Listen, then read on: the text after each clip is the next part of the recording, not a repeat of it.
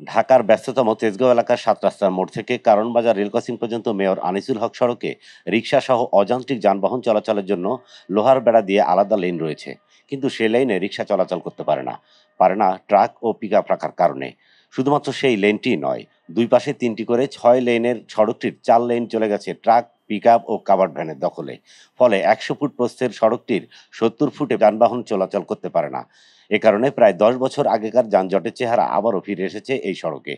রিকশার lane আলাদা করার যে লোহার বেড়া, তার অস্তিত্ব প্রায় নেই। লেনটি ঘেঁষে ট্রাকগুলো আড়াআড়িভাবে রাখার কারণে ট্রাকের পিছনের অংশ কোনো জায়গায় ফুটপাত পর্যন্ত চলে গেছে।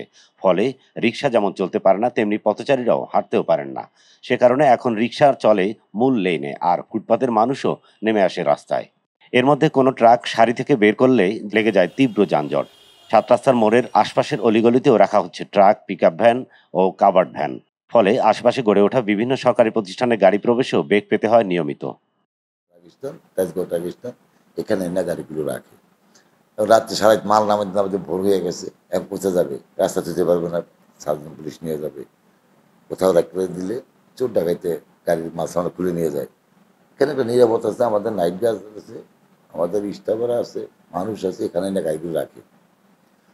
আমরা কিন্তু এই রাস্তাটা ক্লিয়ার করার জন্য আমরা নিজেরও মানে সবসময়ের জন্য কাজ করি। এই দেখেন আপনারা ওই আমাদের মালিক নেতারা আছে, ইউনিয়নের নেতারা আছে, রাস্তা ক্লিয়ার করতেছে।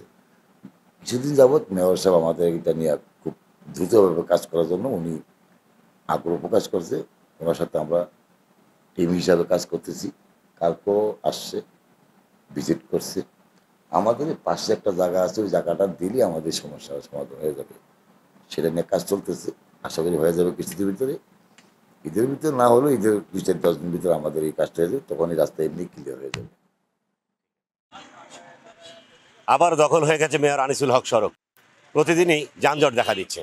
এখানকার লোকজনরা বলছেন পায়ে হাঁটা চলারও পথ নেই, কারণ কাভার্ড ভ্যানগুলো এবং ট্রাকগুলো যেভাবে রাখা হয়েছে, হাঁটা চলার পথগুলো বন্ধ হয়ে গেছে। এই অবস্থায় মেয়র আনিসুল হক সড়ক যান চলাচলের উপযোগী এবং মানুষের হাঁটা চলার উপযোগী করার দাবি জানাচ্ছেন স্থানীয়রা। মেয়র আনিসুল হক সড়ক থেকে ইসমাইল হোসাইন ইমু, এমইটিভি, ঢাকা।